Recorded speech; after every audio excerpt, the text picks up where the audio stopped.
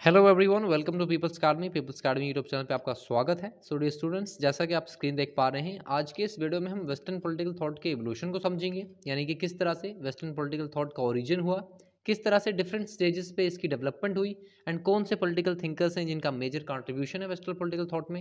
ये सारी चीज़ें इस वीडियो में हम समझने जा रहे हैं। एंड उससे पहले एक रिक्वेस्ट है आप सबसे कि अगर आप पहली बार चैनल को देख पा रहे हैं तो आप चैनल को सब्सक्राइब करें एंड बाकी लोगों से भी शेयर करें, because from our end we are trying our level best to provide you quality content free of cost. And now it is a request to all of you, please spread this video. You can put it on your social media platforms, wherever you can and you want to, you just spread this so that other students will also get benefited from this one. So चलिए शुरू करते हैं and देखते हैं कि western political thought का evolution किस तरह से हुआ। लेकिन उससे पहले पॉलिटिकल थॉट की डेफिनेशन को समझते हैं कि पॉलिटिकल थॉट है क्या।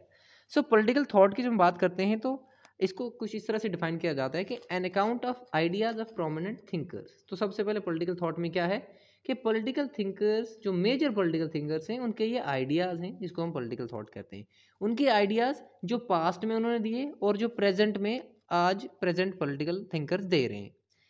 एंड ये आइडियाज़ किसके रिगार्डिंग है? About problems of politics. Politics के रिगार्डिंग इन पॉलिटिकल थिंकर्स ने ये आइडियाज़ दिए हैं। और पर्टिकुलरली कौन सी प्रॉब्लम्स कि भाई nature and purpose state and government का क्या है, स्टेट एंड गवर्नमेंट क्यों बनाए गए हैं एंड इनका फाइनल गोल क्या है। एंड इसके साथ साथ पॉलिटिकल थॉट में हम और क्या पढ़ते हैं कि पॉलिटिकल थिंकर्स कौन कौन से मेजर्स प्रपोज करते हैं, यानी कि कौन कौन से सॉल्यूशंस देते हैं, ऐसे कौन सी टेक्निक्स वो बताते हैं, कौन से ऐसे आइडियाज़ देते हैं जिससे हम ये पर्पस जो है जिसके लिए स्टेट एंड गवर्नमेंट बनाई गई है इसको अचीव किया जाए। ठीक है, अगर स्टेट का पर्पस वेलफेयर है तो पॉलिटिकल थिंकर्स ने क्या आइडियाज़ दिए हैं जिससे लोगों का वेलफेयर हो सकता है। इसके आगे पढ़ते हैं, these ideas are generally presented in chronological order. तो वेस्टर्न पॉलिटिकल थॉट हमेशा हम क्रोनोलॉजी में पढ़ते हैं। पहले हम प्लेटो पढ़ते हैं, फिर हम एरिस्टोटल पढ़ते हैं, then we study about Machiavelli, then Hobbes, then Locke, then Rousseau, Marx. इसी तरह से क्रोनोलॉजी में एक सीक्वेंस में हम इसको पढ़ते हैं, indicating the historical and geographical setting.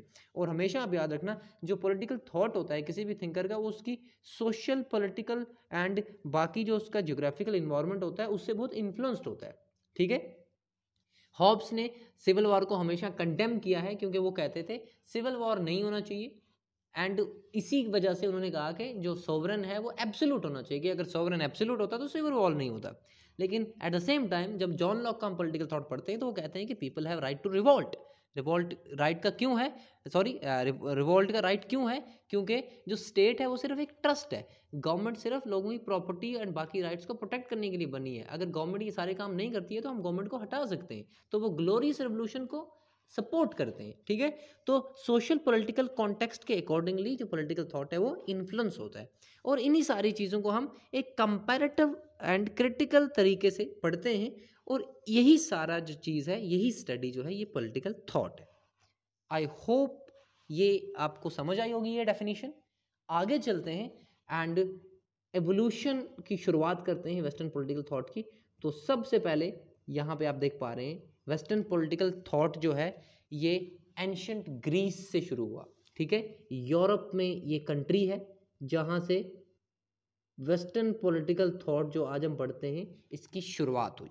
ठीक है, एंड तब जो एंशंट ग्रीस में वेस्टर्न पॉलिटिकल थॉट ओरिजिनेट हुआ, उसके कुछ मेजर क्वेश्चंस जो थे, जो एंशंट ग्रीस पॉलिटिकल फिलोसफर्स के मेजर फोकस था, वो ये था कि जस्टिस क्या होता है, व्हाट इज जस्टिस। ये कुछ क्वेश्चंस थे जो ज़्यादा डोमिनेट करते थे उस टाइम के पॉलिटिकल थॉट में। What is justice, what is good life, एक गुड लाइफ क्या है और इसको कैसे अचीव किया जा सकता है, एक गुड गवर्नमेंट क्या है, एक गुड गवर्नमेंट और बैड गवर्नमेंट में क्या डिफरेंस है, who should be the ruler, कि रूलर किसको होना चाहिए। इसीलिए तो प्लेटो ने फिर आइडिया फिलोसफर किंग दिया कि इस तरह का पर्सन जो है वो रूलर बन सकता है। हु इज अ सिटीजन, यहाँ पे इज है, ठीक है, सिटीजन। तो इसी तरह से फिर एरिस्टोटल ने सिटीजनशिप का आइडिया दिया। तो ये सारी जो थी ये डोमिनेंट क्वेश्चंस थे एंशंट ग्रीस के पॉलिटिकल थॉट के। ठीक है, एंड गुड गवर्नमेंट की जब हम बात करते हैं तो एरिस्टोटल क्लासिफिकेशन ऑफ गवर्नमेंट्स का आइडिया देते हैं। जब हम रूलर की बात करते हैं तो फिलोसफर किंग का आइडिया प्लेटो का आता है। ठीक है, I hope this is making sense to you people. And citizenship की जब हम बात करते हैं तो एरिस्टोटल का एक पूरा कॉन्सेप्ट है सिटीजनशिप पे। एंड इसके साथ साथ जो एंशियंट ग्रीस पॉलिटिकल थॉट था उसमें सबसे ज़्यादा ये जो चीज़ें हैं इन पर भी फोकस किया गया कि पॉलिटिक्स क्या होता है एंड वर्च्यू क्या होता है, दो में रिलेशनशिप क्या है, इस पे हम वीडियो भी लेके आएंगे, ऑलरेडी वीडियो की एडिटिंग हो चुकी है। टेलियोलॉजी क्या होता है, ठीक है, एंड स्लेवरी क्यों एरिस्टोटल ने उस टाइम पे इसको सपोर्ट किया, हैप्पीनेस क्या होता है, ये सारे जो आइडियाज थे ये एंशंट ग्रीस पॉलिटिकल थॉट में उस टाइम पे डोमिनेंट थे, यानी कि इन चीज़ों पे सबसे ज़्यादा फोकस किया जा रहा था पॉलिटिकल फिलोसफर्स के द्वारा। ठीक है, आगे चलते हैं। बाय द वे टेलियोलॉजी का यहाँ मैं आपको बता दूं कि टेलियोलॉजी का कॉन्सेप्ट है टेलोस से निकला है, ये आप यहाँ पे याद रखेंगे। टेलोस का मतलब होता है फाइनल एम, कि हर एक चीज़ का एक फाइनल पर्पस है, एक अल्टीमेट गोल है। ठीक है, तो वो टेलियोलॉजी है। और स्टेट का अल्टीमेट गोल क्या है? According to the ancient Greece political philosopher, state का अल्टीमेट गोल है, जैसे कि एरिस्टोटल कहते हैं स्टेट का अल्टीमेट गोल हैप्पीनेस है। ठीक है, इसी तरह से प्लेटो कहते हैं कि स्टेट का अल्टीमेट गोल जस्टिस है। ठीक है, तो ये सारी चीजें डोमिनेंट थी किसमें? एंशिएंट ग्रीस के पॉलिटिकल थॉट में, जहां से ये शुरू हुआ यूरोप से। आगे बढ़ते हैं और यहाँ पे कुछ मेजर पॉलिटिकल फिलोसफर्स की हम बात कर लेते हैं, जैसे कि सोक्रेटिस हैं सबसे मेजर पॉलिटिकल फिलोसफर, एंड इनको वाइसेस्ट मैन कहा जाता है, सबसे समझदार व्यक्ति। ठीक है, लेकिन ये खुद मानते थे कि मैं समझदार नहीं हूं। क्यों? क्योंकि मैं सब कुछ नहीं जानता हूं। इनका एक इंपॉर्टेंट कोट है, I know that I know nothing. ठीक है, इसीलिए मुझे शायद लोग वाइस कहते हैं, क्योंकि मुझे पता है कि अभी तक मुझे कुछ नहीं पता है। ठीक है, it's a very deep thought. इसके बाद एंड सोक्रेटिस की फिलॉसफी में सबसे ज्यादा डोमिनेंट क्या आइडियाज थे? ट्रूथ क्या होता है, करेज क्या होती है, जस्टिस क्या होता है, हैप्पीनेस क्या है, वर्च्यू क्या है। इसी तरह से प्लेटो हमारे पास, प्लेटो आइडियल स्टेट की बात करते हैं कि बेस्ट स्टेट कैसा हो सकता है, ये जस्टिस की बात भी करते हैं, एंड फिलोसफर किंग कौन है, एंड कम्युनिज्म का आइडिया किस तरह से है और क्यों होना चाहिए आइडियल स्टेट में, क्यों फिलोसफर किंग जो है प्रॉपर्टी और फैमिली नहीं रख सकता। ये सारे आइडियाज प्लेटो के द्वारा एंशिएंट ग्रीस पॉलिटिकल थॉट में हम पढ़ते हैं। फिर प्लेटो के स्टूडेंट एरिस्टोटल हैं। देखिए इसमें एक हम अब याद रखेंगे, सोक्रेटिस के स्टूडेंट प्लेटो, प्लेटो के स्टूडेंट एरिस्टोटल, इस तरह से आप याद रखेंगे। तो एरिस्टोटल के पॉलिटिकल थॉट में हम सिटीजनशिप के आइडिया को देखते हैं, एथिक्स के आइडिया को देखते हैं कि एथिक्स और मोरालिटी क्या चीज़ है, क्यों मोरालिटी ज़रूरी है। ठीक है, गुड गवर्नमेंट कौन सी है, स्लेवरी क्यों इंपॉर्टेंट है, फाइनल कॉज क्या होता है, जिसमें मैंने आपको टेलोस का बताया। ठीक है, तो ये सारे आइडियाज जो हैं ये इन पॉलिटिकल फिलोसफर्स के ज़्यादा फोकस किया है इन्होंने इसमें अपने पॉलिटिकल थॉट में, जो कि ये एंशिएंट ग्रीस पॉलिटिकल फिलोसफर्स हैं और बहुत इंपॉर्टेंट पॉलिटिकल फिलोसफर्स हैं। इसके बाद एंशिएंट ग्रीस में सुफिस्ट नाम के भी कुछ लोग होते थे, असल में ये फिलोसफी के टीचर्स होते थे, जिसमें से प्रोटैगोरस एंड जॉर्जियस, ये दो इंपॉर्टेंट सुफिस्ट्स हैं। ठीक है, एंड यहाँ पे मैं आपको एक और बात बता दूं कि जब हम एवोल्यूशन ऑफ पॉलिटिकल थॉट को पढ़ते हैं तो हमें हर एक चीज़ का मीनिंग नहीं निकालना है, हमें सिर्फ एक क्रोनोलॉजी समझनी है कि किस तरह से आइडियाज़ डेवलप हुए और किस स्टेज में कौन से पॉलिटिकल फिलोसफर्स का इन्फ्लुएंस था और कंट्रीब्यूशन थी। ठीक है, क्योंकि अगर हम इन सारी चीज़ों को जो जो मैंने इस वीडियो में लिखा है अगर सबको समझने लग जाएं so it will take around 6 to 7 months।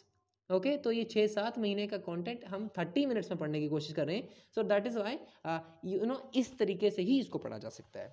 आगे बढ़ते हैं एंड मेडिवल पीरियड में जब हम जाते हैं तो मेडिवल पीरियड में पॉलिटिकल थॉट जो था वो कुछ इस तरह का था कि सबसे पहले हम वहाँ का देखते हैं कि सोशल और इकोनॉमिक ऑर्गेनाइजेशन थी वो इस तरह की थी कि फ्यूडलिज्म था।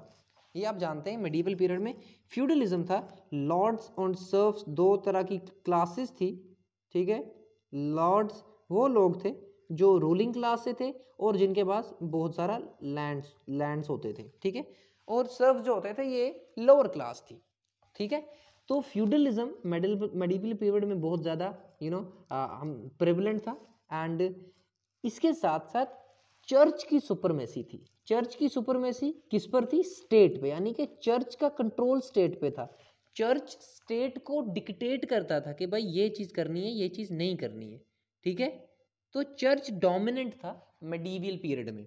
एंड इसकी वजह से क्या हुआ कि मेडिवल पीरियड को dark age in the history of political thought कहा जाता है। क्यों? क्योंकि इसमें ज़्यादा रीजन का इस्तेमाल नहीं हुआ है, इसमें ज़्यादा रिलीजन बेस्ड फिलॉसफी आप देखने को मिलेगी। क्योंकि यहाँ पे दो इंपॉर्टेंट मेडिवल पॉलिटिकल थिंकर्स हैं, Thomas Aquinas and Saint Augustine. तो इनके जब हम आइडियाज़ को पढ़ते हैं, इनकी पॉलिटिकल थॉट को हम पढ़ते हैं, तो हमें क्रिश्चियनिटी का ज़्यादा इन्फ्लुएंस मिलता है पॉलिटिक्स में। तो इन्होंने क्रिश्चियन मोरालिटी यानी कि क्रिश्चियन रिलीजन जो है उसमें जो भी एथिक्स मोरालिटी के कॉन्सेप्ट हैं उनको पॉलिटिक्स में लाने की कोशिश की।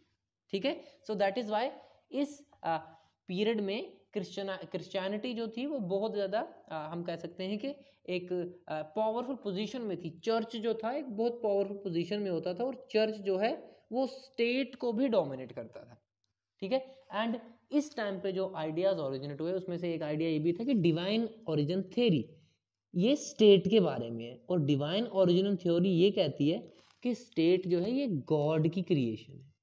ठीक है, divine origin theory talks about the origin of state and divine origin theory ये कहती है कि जो स्टेट है ये गॉड की क्रिएशन है, स्टेट गॉड ने बनाया है। इसी तरह से सिन ओरिजिन थ्योरी है कि स्टेट जो है इसलिए आया और इसलिए ओरिजिनेट हुआ क्योंकि लोगों ने बहुत सारे सिन किए हुए हैं और स्टेट उनको परफेक्ट करने के लिए बनाया गया है। ठीक है, and to punish the offenders, the sinners. इसी तरह से state is a natural institution, ये भी इस टाइम पे ये थ्योरी भी ओरिजिनेट हुई कि स्टेट जो है एक नेचुरल इंस्टीट्यूशन है, कोई कॉन्ट्रैक्ट वगैरह नहीं हुआ है। ठीक है, एंड इसके साथ साथ सॉवरेनिटी का कॉन्सेप्ट जो है वो एब्सेंट है मेडिवल पॉलिटिकल थॉट में। क्यों? क्योंकि स्टेट की जो सॉवरेनिटी है वो तो है ही नहीं, सारी चीज़ें जो हैं वो चर्च संभाल रहा है। ठीक है, तो स्टेट की sovereignty, just a second, sorry just a second, sovereignty क्या होता है कि जब एब्सोल्यूट पावर्स होते हैं स्टेट के पास, लेकिन यहाँ पे मेडिवल पॉलिटिकल थॉट में स्टेट की सॉवरेनिटी एब्सेंट है। क्यों? क्योंकि चर्च बहुत पावरफुल है। एंड इसके साथ साथ नेचुरल लॉ का कॉन्सेप्ट जो है वो भी यहाँ पे ओरिजिनेट हुआ है। तो मेजर पॉलिटिकल फिलोसफर्स के आप नाम याद रखेंगे, Thomas Aquinas and Saint Augustine. So dark age इसलिए कहा जाता है क्योंकि इस टाइम पे साइंस का ज़्यादा प्रभाव नहीं था, साइंस का ज़्यादा इन्फ्लुएंस नहीं था। डॉगमेटिक प्रिंसिपल्स थे। डॉगमेटिक प्रिंसिपल्स होते हैं जो बगैर वेरिफिकेशन के हम मान लेते हैं, बस कहीं से सुना, किसी रिलीजियस स्क्रिप्चर में पढ़ा तो मान लिया। ठीक है, लेकिन जैसे कि सती सिस्टम जो था ये एक डॉगमेटिक प्रिंसिपल था कि वुमेन को हस्बैंड के साथ जलाना है। तो ये हम कोई वेरीफाइड प्रूफ नहीं है, कुछ भी नहीं है, बस ऐसे ही हमने सुना है एंड करते आ रहे थे इंडिया में बहुत सारे लोग बहुत टाइम तक। सो ये डॉगमेटिक प्रिंसिपल होता है। तो मेडिवल पीरियड तक डॉगमेटिक प्रिंसिपल्स, रिलीजियस बिलीफ्स को माना जाता था। क्रिश्चियनिटी का बहुत ज़्यादा इन्फ्लुएंस था एंड जो पॉलिटिकल फिलोसफर थे उस टाइम के, उन्होंने क्रिश्चियन मोरालिटी को ही पॉलिटिक्स में डाल दिया। एंड चर्च की सुपरमेसी स्टेट पे थी और स्टेट की अपनी कोई सॉवरेनिटी नहीं थी। इसके आगे बढ़ते हैं एंड थोड़ा सा चेंज आता है कि जब रेनेसेंस आता है। रेनेसेंस क्या है? अब रेनेसेंस एक हम कह सकते हैं एक रिवाइवल मोमेंट है। किस चीज़ को रिवाइव करने की मोमेंट है ये रेनेसेंस में लोगों ने क्या किया कि जो इनके एंशंट स्क्रिप्चर्स एंड एंशंट जो भी चीज़ें थी उनको इन्होंने फिर से एक बार लाया और पढ़ के नए आइडियाज़ को इवॉल्व करने की कोशिश की कि यार इन सारी चीज़ों में तो बहुत अच्छी अच्छी चीज़ें भी लिखी हुई हैं। तो ऐसा करते हैं कि हम इस लॉजिक के आइडिया को जो एंशंट ग्रीस में ओरिजिनेट हुआ है इसको फिर से पढ़ते हैं। ये मोरालिटी का आइडिया जो एंशंट ग्रीस में है इसको फिर से पढ़ते हैं एंड ये बाकी सारे जो अच्छे अच्छे एथिक्स एंड स्टेट का आइडिया जो है ऑलरेडी पहले जो थिंकर्स बोल चुके हैं उनको फिर से हम रिवाइव करके पढ़ने की कोशिश करते हैं एंड देखते हैं कि क्या हम उससे जान सकते हैं उनको किस तरह से हम प्रेजेंट सोसाइटी में अप्लाई कर सकते हैं। तो रिनाइजेंस यही था, रिवाइवल मोमेंट थी एंशंट आइडियाज़ की। इस तरह से आप समझ सकते हैं सिंपल लैंग्वेज में। हम ये 14th century, late 14th century में आए। इसके साथ साथ 16th सेंचुरी में क्या होता है कि रिफॉर्मेशन को प्रोटेस्टेंट रिफॉर्मेशन भी कभी कहा जाता है, प्रोटेस्टेंट रिफॉर्मेशन। ठीक है, अब इसके थ्रू क्या हुआ कि पहली बार चर्च की अथॉरिटी को चैलेंज किया गया। ठीक है, चर्च की अथॉरिटी को चैलेंज किया गया एंड साइंटिफिक प्रिंसिपल्स की यहाँ पे एप्लीकेशन करना शुरू किया गया कि चर्च का अथॉरिटी क्या थी कि सारा कुछ रिलीजन बेस्ड था। अब सारा कुछ रिलीजन बेस्ड था तो रिलीजन में बहुत सारी चीज़ें वेरीफाइड नहीं है, ठीक है। सो यहाँ पे 16th सेंचुरी में बहुत सारे लोगों ने क्या किया, चर्च की अथॉरिटी के अगेंस्ट प्रोटेस्ट शुरू कर दी, जिसको रिफॉर्मेशन पीरियड कहा गया। And there is one more thing कि थोड़े से समय के इसी 16th सेंचुरी के आगे हम जब जाते हैं तो हम साइंटिफिक रेवोल्यूशन को भी पढ़ते हैं कि साइंस में नए प्रिंसिपल्स डेवलप किए गए, नए आइडियाज़ को डेवलप किया गया। एंड उससे क्या हुआ कि अब सारी चीज़ें साइंस के बेसिस पे लोग वेरीफाई करने लग गए, ठीक है। अब साइंटिफिक अप्रोच अडॉप्ट कर लिया लोगों ने, तो इससे क्या हुआ, रिलीजन का जो इन्फ्लुएंस था वो कम होता गया। एंड एक और हम कह सकते हैं मोमेंट है लिटरेचर में एंड फिलॉसफी में जिसको एनलाइटनमेंट कहा जाता है। एनलाइटनमेंट 18th सेंचुरी में आया। एंड एनलाइटनमेंट में क्या हुआ कि भाई जो भी चीज़ हम करेंगे वो रीज़न के बेस पे होनी चाहिए, ठीक है, वो किसी सुपरस्टिशन के बेस पे नहीं होनी चाहिए, ठीक है। जो भी चीज़ हम करेंगे वो रीज़न के बेस पे होनी चाहिए, और इसी को एनलाइटनमेंट कहा गया एंड इसको एज ऑफ रीज़न भी कहा जाता है। Y?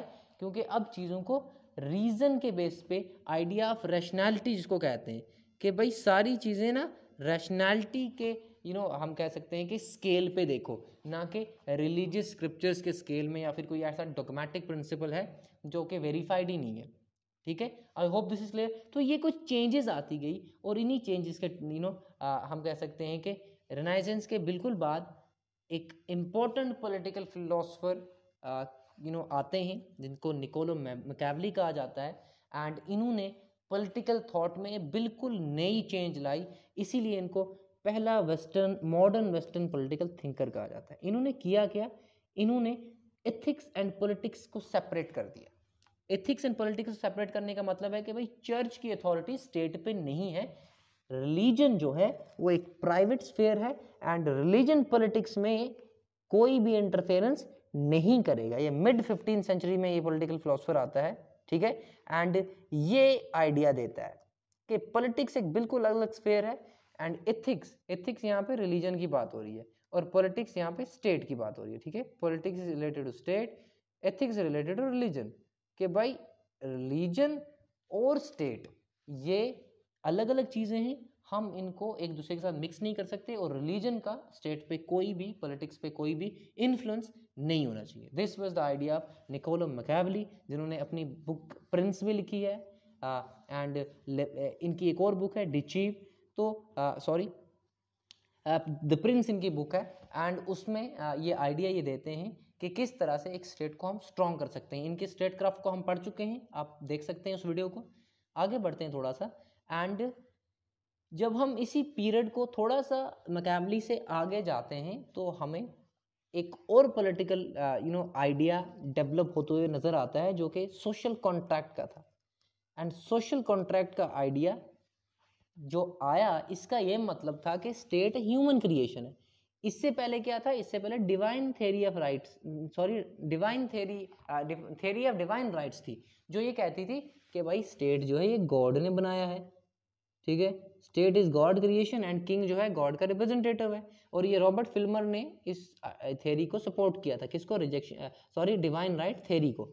Divine right theory Robert Filmer ने ज़्यादा डेवलप की, और इसमें क्या था कि स्टेट जो है it is creation of God. लेकिन जब सोशल कॉन्ट्रैक्ट का आइडिया आया तो सोशल कॉन्ट्रैक्ट के आइडिया ने डिवाइन राइट ऑफ आइडिया को रिजेक्ट किया, और सोशल कॉन्ट्रैक्ट के आइडिया के अकॉर्डिंगली स्टेट जो है एक ह्यूमन क्रिएशन है, ये गॉड की क्रिएशन नहीं है, it's a human creation. And ये इसलिए बनाया गया ताकि सोसाइटी में ऑर्डर इस्टेब्लिश किया जाए, सोसाइटी में एक स्टेबिलिटी लाई जाए। एंड यहीं से फिर एक नया आइडिया आता है, एब्सोल्यूट सॉवरेनिटी का आइडिया इवॉल्व होता है। एंड इससे पहले आपको पता है मिडीवल पॉलिटिकल थॉट में एब्सोल्यूट अथॉरिटी का आइडिया एब्सेंट था, वहाँ पे चर्च ही अथॉरिटी थी एंड चर्च स्टेट को डिक्टेट करता था। लेकिन सोशल कॉन्ट्रैक्ट के आइडिया के बाद Thomas Hobbes absolute idea of sovereignty देते हैं, और इसीलिए वो कहते हैं कि किंग को लिवेथियन होना चाहिए, ठीक है, लिवाइथन होना चाहिए किंग को, एक स्ट्रॉन्ग रूलर होना चाहिए किंग को। आई होप दिस इज क्लियर। तो इस तरह से आप देखें कि ये शुरुआत एथिक्स से हुई, उसके बाद क्रिश्चियनिटी की इन्फ्लुएंस हुई स्टेट पे, एंड उसके बाद एब्सोल्यूट आइडिया स्टेट हमारे पास निकल के आता है। इसी को एक्सटेंड करते हुए आगे बढ़ते हैं, एंड यहाँ पे आप देख पा रहे हैं कि लिबरल ट्रेडिशन की भी शुरुआत होती है 17th सेंचुरी में। अब लिबरल ट्रेडिशन में सबसे पहले हमारे पास क्लासिकल लिबरलिज्म एंड या फिर इसको नेगेटिव लिबरलिज्म कहा जाता है, ये ओरिजिनेट होता है, ये इमर्ज होता है लेट 17th सेंचुरी, ठीक है। एंड ये लिबरल ट्रेडिशन जो था, इसमें जो क्लासिकल लिबरलिज्म पहले इमर्ज हुआ, इसके इंपॉर्टेंट जो एडवोकेट्स थे वो जॉन लॉक हैं, एडम स्मिथ हैं, जेरेमी बेंथम है एंड जे.एस. मिल हैं। इन सब के जो एडम स्मिथ को छोड़ के ये तीन जो है यहाँ पे, इन पे हम वीडियो ऑलरेडी अपलोड कर चुके हैं, आप देख सकते हैं। तो ये जो क्लासिकल लिबरलिज्म था, इसमें कुछ इंपॉर्टेंट डोमिनेंट थीम्स थी, वो क्या थी? पहला, अकॉर्डिंग टू क्लासिकल लिबरल्स की स्टेट एक इंस्ट्रूमेंटल तरीके से काम करता है। स्टेट का काम है क्या? स्टेट का काम है लोगों को प्रोटेक्ट करना, लोगों को सिक्योरिटी प्रोवाइड करना, एंड स्टेट नाइट वॉचमैन की तरह है कि सिक्योरिटी इश्यूज होंगे तो तभी स्टेट इंटरफेयर करेगा। और यहाँ पे लिजस फेयर का भी आइडिया डेवलप हुआ क्लासिकल लिबरलिज्म में, जिसका मतलब था लीव अलोन। लीव अलोन का मतलब यही तो नहीं है अकेला छोड़ दो मुझे, लीव अलोन का मतलब है कि स्टेट जो है वो इकोनॉमिक मैटर्स में नहीं इंटरफेयर करेगा। स्टेट ट्रस्ट की तरह है जो सिर्फ लोगों का ध्यान रखेगा कि लोगों की प्रॉपर्टी तो सिक्योर है, लोगों की लाइफ तो सिक्योर है कि नहीं, ठीक है, इन चीज़ों पे। और इसी तरह से यूटिलिटेरियनिज्म का भी आइडिया इसी क्लासिकल लिबरलिज्म के टाइम पे ओरिजिनेट होता है। ये मैं आपको ऑलरेडी सारी चीज़ें बता चुका हूँ, जो आप Thomas Hobbes, Jeremy Bentham and John Locke के वीडियो देख चुके होंगे, तो you will find all these things कि ये हम सारी चीज़ें पढ़ चुके हैं। और ये late 17th century classical liberals के थ्रू दिए गए ये आइडियाज़ हैं। तो ये पॉलिटिकल थिंकर्स हैं, ये उनके मेजर फोकस आइडियाज़ हैं। और पीरियड कौन सा है? लेट 17th सेंचुरी, एंड ये लिबरल ट्रेडिशन की डेवलपमेंट की शुरुआत है। I hope this is clear. And इसके थोड़ा सा आगे चलते हैं, तो 19th सेंचुरी में क्या होता है कि इंडस्ट्रियलाइजेशन होती है, एंड इसके साथ साथ इंडस्ट्रियलाइजेशन के साथ साथ क्या हुआ? इनइक्वालिटी भी बढ़ती गई लोगों में। बहुत सारे लोग रिच हो गए एंड बहुत सारे लोग पोअर रह गए। जब ये देखा बहुत सारे पॉलिटिकल फिलोसफर्स ने, तो उन्होंने एक नया लिबरलिज्म का आइडिया दिया, जिसको मॉडर्न लिबरलिज्म कहा गया, ठीक है, मॉडर्न लिबरलिज्म। और मॉडर्न लिबरलिज्म का क्या आइडिया था? Just a second. Modern liberalism का ये आइडिया था, मॉडर्न लिबरलिज्म को पॉजिटिव लिबरलिज्म भी कहा जाता है। तो इनका ये आइडिया था कि वेलफेयर स्टेट होना चाहिए। स्टेट वो होना चाहिए जो लोगों को सिर्फ सिक्योरिटी ही ना प्रोवाइड करे, बल्कि वो लोगों के बाकी नीड्स एंड डिजायर्स का भी ध्यान रखे। Food, cloth, shelter, jobs, opportunities, ये सारी चीज़ें भी स्टेट देना चाहिए। और अगर इस तरह का कोई स्टेट है तो वो वेलफेयर स्टेट माना जाएगा, ठीक है। और ये पॉजिटिव लिबरलिज्म का आइडिया था कि हमें इंडिविजुअल को हेल्प भी करनी है, हमें उसकी सिर्फ प्रॉपर्टी सिक्योर नहीं करनी है, हमने तो ये भी देखना है कि उसके पास प्रॉपर्टी आएगी कि नहीं। हमने उसकी सिर्फ हमने उसकी सिर्फ वेल्थ को सिक्योर नहीं करना है, हमने ये भी देखना है कि वो वेल्थ क्रिएट कर भी सकता है बेचारा कि नहीं। अगर नहीं कर सकता है तो हमें उसको डिफरेंट मेजर्स के थ्रू उसकी हेल्प करनी चाहिए। This is positive liberalism, modern liberalism, ठीक है। और इसके सबसे बड़े एडवोकेट हमारे पास कौन है? वेलफेयर स्टेट के आइडिया के एडवोकेट सबसे बड़े हमारे पास टी.एच. ग्रीन है, ठीक है। ये 19th सेंचुरी में ये सारी चीजें होती हैं। एंड इसी टाइम पे इंडस्ट्रियल रेवोल्यूशन की वजह से जब इनइक्वालिटी हुई, तो बहुत सारे ऐसे पॉलिटिकल थिंकर्स भी थे जिन्होंने सोशलिज्म के आइडिया को डेवलप किया। एंड सोशलिज्म ने टारगेट किसको किया कि भाई वर्किंग क्लास एक्सप्लॉइट हो रही है कैपिटलिस्ट के द्वारा, ये कैपिटलिस्ट लोग जो हैं ये वर्किंग क्लास को एक्सप्लॉइट कर रहे हैं। एंड इसमें सबसे बड़ा कंट्रीब्यूशन किसका था? कार्ल मार्क्स का। और उसके बाद कार्ल मार्क्स की फिलॉसफी को थोड़ा सा आगे बढ़ाया एंटोनियो ग्रामशी ने, ठीक है।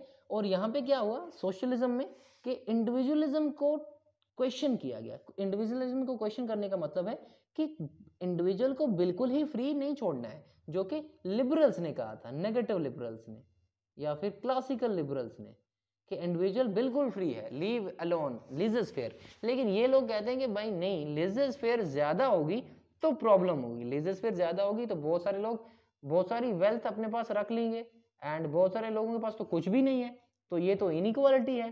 तो क्या होना चाहिए कि ये जो कैपिटलिस्ट हैं और ये जो वर्कर्स हैं, ये दो क्लासेस जो बन गई हैं, अब ये क्लासेस खत्म कैसे होंगी? कार्ल मार्क्स कहते हैं कि एक रिवोल्यूशन होना चाहिए एंड ये रिवोल्यूशन यही वर्किंग क्लास लेके आएगी।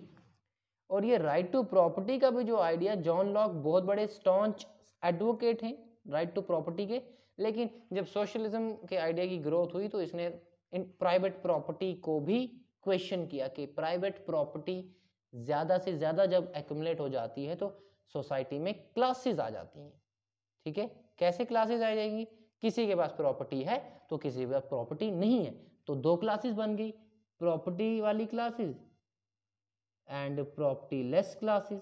ठीक है, जिनको मार्क्स ने कहा हैव्स एंड हैव्स नॉट। ठीक है, तो ये क्लास सिस्टम तो तभी है जब राइट टू प्रॉपर्टी का आइडिया आ गया, पर्सनल प्रॉपर्टी का आइडिया आ गया। अब ज्यादा पर्सनल प्रॉपर्टी लोगों ने क्यों एक्वायर कर ली? क्योंकि लिबरल्स ने एक आइडिया दिया था जिसको इंडिविजुअलिज्म कहा जाता था कि भाई स्टेट आपके इकोनॉमिक मैटर्स में इंटरफेयर नहीं करेगा। लेकिन 19th सेंचुरी में इन सारे आइडियाज को क्वेश्चन किया गया। 19th सेंचुरी में सोशलिज्म आ गया, 19th सेंचुरी में मॉडर्न लिबरलिज्म आ गया, पॉजिटिव लिबरलिज्म आ गया, वेलफेयर स्टेट का आइडिया आ गया, जो कि टी.एच. ग्रीन इसके सबसे बड़े एडवोकेट है। और यहाँ पे एक और चीज अब याद रखना कि रोसो जो है ना, जे रोसो, ये भी प्राइवेट प्रॉपर्टी के अगेंस्ट थे, ये भी प्राइवेट प्रॉपर्टी में नहीं मानते थे। ठीक है, ये भी प्राइवेट प्रॉपर्टी के आइडिया को एक्सेप्ट नहीं करते थे। तो ये कुछ पॉलिटिकल थिंकर्स हैं जो 19th सेंचुरी में आए एंड इन्होंने डिफरेंट आइडियाज को ओरिजिनेट किया। तो देख रहे हैं आप किस तरह से पॉलिटिकल थॉट जो है एंशिएंट ग्रीस से अब कहाँ पे आ गया, अब ये कार्ल मार्क्स तक आ गया है, 19th सेंचुरी तक पहुंच चुका है, जिसमें हम ग्रामशी का आइडिया है। ग्रामशी का आइडिया क्या है? ग्रामशी का आइडिया हेजीमनी का है। कार्ल मार्क्स कहते हैं कि इकोनॉमिकली जो पावरफुल लोग हैं वो बाकी लोगों को डोमिनेट करते हैं, लेकिन एंटोनियो ग्रामशी कहते हैं कि सिर्फ इकोनॉमिकली लोग पावरफुल होकर डोमिनेट नहीं कर रहे हैं, लोग आइडियोलॉजी से डोमिनेट कर रहे हैं। ठीक है, लोग लोगों को ऐसी पट्टी पढ़ा रहे हैं कि बस वो वही मान रहे हैं एंड उसी को सही समझ रहे हैं। ठीक है, हेजेमनी होता है जब हम डोमिनेशन को सही समझने लग जाते हैं, जब डोमिनेशन कॉमन सेंस हो जाती है। जैसे कि आज पिज्ज़ा कल्चर है जो कि वेस्टर्न आइडिया है, लेकिन हमने कितना नॉर्मलाइज कर लिया है इसको। अब तो सादा और देसी रोटियां तो कोई खाते ही नहीं है, पिज्ज़ा बर्गर ही चल रहा है, तो हमारे लिए तो ये बिल्कुल नॉर्मलाइज हो गया है, लेकिन ये वेस्टर्न कल्चर की डोमिनेशन है हम पे, ये हेजेमनी है। I hope this is clear. आगे चलते हैं। मिड 20th सेंचुरी में पॉलिटिकल थॉट में एक बहुत बड़ा चेंज आया एंड जिसमें सबसे इंपॉर्टेंट दो थीम्स थे कि आइडियोलॉजी पे डिबेट होने लगी। कुछ लोग कहने लगे कि आइडियोलॉजी खत्म हो चुकी है, अब आइडियोलॉजी का कोई रोल नहीं है। ठीक है, और कुछ लोग ये कहने लगे कि बस एक ही आइडियोलॉजी बची है जो कि कैपिटलिज्म है। ठीक है, कैपिटलिज्म ही अब बचा हुआ है बाकी, क्योंकि 1990s में एक और चीज हुई थी, अगर आपने पढ़ा होगा कि यूएसएसआर का डिसइंटीग्रेशन हुआ था। ठीक है, 1990s में USSR, union Soviet socialist republics, ये कम्युनिस्ट ब्लॉक बना हुआ था और जो कम्युनिज्म को स्प्रेड करने की कोशिश कर रहे थे। लेकिन जब यूएसएसआर डिसइंटीग्रेट हो गया तो कहा गया कि जो कम्युनिस्ट आइडियोलॉजी है ये फेल हो चुकी है, कम्युनिस्ट आइडियोलॉजी फेल हो चुकी है, कि अब बस हमारे पास कैपिटलिज्म बचा हुआ है, कैपिटलिज्म आइडियोलॉजी जीत चुकी है। तो एक ये पर्सपेक्टिव था, एक ये था कि भाई आइडियोलॉजी का सिग्निफिकेंस ही खत्म हो चुका है। दूसरा ये था कि सिर्फ कैपिटलिस्ट आइडियोलॉजी ही बची हुई है। ठीक है, एंड इसके कुछ सपोर्टर्स थे जिसमें से सेमर एम लिप्सेट है, फ्रांसिस फुकुयामा है। ठीक है, फ्रांसिस फुकुयामा है, डब्ल्यू रोस्टो है। फ्रांसिस फुकुयामा ने कहा कि 1990s के बाद सिर्फ कैपिटलिज्म ही बेस्ट आइडियोलॉजी है एंड ये सारे जो लोग हैं ये आइडियोलॉजी की डिबेट के सबसे इंपॉर्टेंट थिंकर्स हैं। इसी टाइम पे मिड 20th सेंचुरी में एक और आइडिया आता है पोस्ट मॉडर्निज्म का। ये एक बिल्कुल नया आइडिया था पॉलिटिकल थॉट में, और इसमें क्या हुआ, इसमें बहुत सारी थीम्स थी, लेकिन इंपॉर्टेंट थीम्स यहाँ पे आप देख पा रहे हैं, rejection of Meta narratives. Meta narrative होता है कि भाई हमने किसी थ्योरी को बिल्कुल ट्रुथ मान लिया है, हमने किसी थ्योरी को 100% ट्रूथ मान लिया और हम उसको लेके चलते हैं। लेकिन पोस्ट मॉडर्निस्ट कहते थे कि भाई कोई भी चीज 100% ट्रूथ है ही नहीं, सबका अपना अपना पर्सपेक्टिव है, ठीक है। तो ये मेटा नरेटिव जो है, ये एब्सोल्यूट ट्रूथ वाला जो आइडिया है ये नहीं चलेगा, ठीक है, ये पोस्ट मॉडर्निस्ट कहते हैं। दूसरा डिकंस्ट्रक्शन का आइडिया दिया इन्होंने कहा कि जो टेक्स्ट है, टेक्स्ट कोई भी चीज हो सकती है। टेक्स्ट आप आसमान में अगर देखें तो बादल देखेंगे, उनको भी देख के आप कुछ ना कुछ आइडिया लगाएंगे कि बारिश पड़ने वाली है, बारिश नहीं पड़ने वाली है। या फिर कोई भी ह्यूमन है, कोई भी सोसाइटी है, कोई भी स्टेट है, कोई पॉलिसी है, कोई एक्शन है, जब आप उसको देखते हो तो वो आपके लिए एक टेक्स्ट है और उस टेक्स्ट को आपको समझना है, डीकंस्ट्रक्ट करके समझना है, ठीक है, उसको गहराई से समझना है। ये डिकंस्ट्रक्शन का आइडिया है और ये भी पोस्ट मॉडर्निस्ट के द्वारा दिया गया है। मल्टीकल्चरलिज्म, ये भी एक इंपॉर्टेंट थीम थी पोस्ट मॉडर्निज्म की। और इसमें क्या है कि भाई सिर्फ कोई एक कल्चर जो है सुपीरियर नहीं है, जितने भी कल्चर हैं उनके अपने राइट्स हैं, उनके अपने क्लेम्स हैं और उनको हमें रिस्पेक्ट करनी चाहिए, ठीक है। तो यहाँ पे क्या है, पहले क्या होता था कि भाई वेस्टर्न कल्चर में वाइट वर्सेस ब्लैक था, वाइट वर्सेस ब्लैक यानी कि रेसिज्म।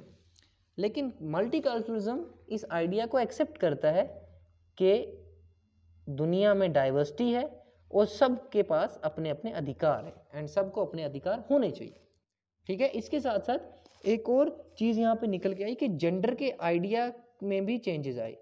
पहले जेंडर सिर्फ दो ही थे, हमारे पास मैन है, वुमेन है, लेकिन अब जेंडर का आइडिया बढ़ गया है। अब LGBTQ ये भी आप सुनते हैं, तो अब ये भी डिफरेंट जेंडर्स हैं, इनको भी रिकग्निशन दी गई है एंड ये पोस्ट मॉडर्निज्म के बाद ही शुरू हुआ। एंड इसके साथ साथ कुछ इंपॉर्टेंट थिंकर हैं जैसे लियोटार्ड हैं, पोस्ट मॉडर्निस्ट, फुकोल हैं, डेरिडा हैं, ये कुछ इंपॉर्टेंट पोस्ट मॉडर्निस्ट हैं, ठीक है। And this is the evolution of political thought from ancient Greece till postmodernism, the mid 20th century. I hope this is clear. इसको एक क्विक रिकैप यहाँ पे मैंने रखा हुआ है। पहले एंशिएंट ग्रीस पॉलिटिकल थॉट शुरू हुआ सोक्रेट्स, प्लेटो, एरिस्टोटल के द्वारा। एथिक्स पे क्वेश्चन थे, वर्च्यू पे क्वेश्चन थे, आइडियल स्टेट पे क्वेश्चन थे एंड वो सारी डोमिनेंट थीम थी। एंड उसके बाद मेडिवल पॉलिटिकल थॉट जब आया तो Thomas Aquinas and Saint Augustine, ये दो इंपॉर्टेंट पॉलिटिकल फिलोसफर्स ने क्या किया, क्रिश्चियन मोरालिटी, क्रिश्चियनिटी में जो प्रिंसिपल्स थे उनको पॉलिटिक्स में अप्लाई करने की कोशिश की। उसके बाद रेनाइजेंस आया, रिफॉर्मेशन आया और इन्होंने क्या किया, इन्होंने रिलीजन को थोड़ा सा अपोज करने की कोशिश की और चर्च की अथॉरिटी को चैलेंज करने की कोशिश की। एंड फिर इसी के इसी टाइम पे मैकियावेली का राइज होता है जो पॉलिटिक्स और रिलीजन को अलग अलग करने की कोशिश करते हैं, इसीलिए उनको पहला मॉडर्न पॉलिटिकल थिंकर कहा जाता है। And then social contract theory का आइडिया इसके बाद इमर्ज होता है एंड थॉमस हॉब्स जो है सॉवरेनिटी का आइडिया प्रोवाइड करते हैं, एब्सोल्यूट सॉवरेन का आइडिया प्रोवाइड करते हैं एंड स्टेट की क्रिएशन को एक ह्यूमन क्रिएशन बताया जाता है, लेकिन इससे पहले स्टेट की क्रिएशन को गॉड की क्रिएशन बताया जाता था, divine theory of kings. Then हमारे पास साइंटिफिक रेवोल्यूशन आता है, एनलाइटनमेंट आता है एंड नेगेटिव और पॉजिटिव लिबरलिज्म के दो डिफरेंट स्कूल्स एस्टैब्लिश होते हैं। नेगेटिव लिबरलिज्म स्टेट की कम से कम इंटरफेरेंस को ज़्यादा एडवोकेट करते थे एंड मॉडर्न लिबरल्स जो हैं, पॉजिटिव लिबरलिज्म वाले जो हैं, वो स्टेट की इंटरफेरेंस को थोड़ा सा ज़्यादा एडवोकेट करते हैं कि भाई स्टेट इंटरफेरेंस होनी चाहिए, वेलफेयर स्टेट होना चाहिए, ठीक है। And then debate on ideology and rise the post modernists, ये मिड 20th सेंचुरी में ये चेंज आई पॉलिटिकल थॉट में एंड इस तरह से लोग सोचने लगे कि डिकंस्ट्रक्शन का आइडिया होना चाहिए, हमने हर चीज़ को डिकंस्ट्रक्ट करके पढ़ना है, हमने हर एक के पर्सपेक्टिव को रिस्पेक्ट देनी है, हमने किसी भी एब्सोल्यूट ट्रूथ में नहीं मानना है, क्योंकि एब्सोल्यूट ट्रूथ में जब आप मानेंगे आप दूसरे को रिजेक्ट कर देंगे कि तुम गलत हो। लेकिन पोस्ट मॉडर्निस्ट कहते हैं कि हर एक का अपना पर्सपेक्टिव है। सो ये सारी चीज़ें हैं जो evolution of western political thought में मेजरली आपको याद रखनी है एंड आप इसको डिफरेंट एग्जाम्स में यूटिलाइज कर सकते हैं इस लेक्चर को। So this was all about evolution of western political thought. I hope you got some sort of idea किस तरह से वेस्टर्न पॉलिटिकल थॉट जो है इमर्ज हुआ। एंड मैं आपको अगेन बता रहा हूँ कि जितनी भी चीज़ें मैंने इस वीडियो में लिखी हुई हैं, अगर हम इनको पढ़ने लग जाएं तो मुझे लगता है कि 6-7 महीने से कम हमें समय नहीं लगेगा, वो भी अगर रोज़ पढ़ने लगे। ठीक है, हमें तो सॉक्रेटिस की पॉलिटिकल फिलॉसफी ही 2 महीने ले जाएगी। ठीक है, so this is a crux of how the western political thought evolved. I hope you like this video.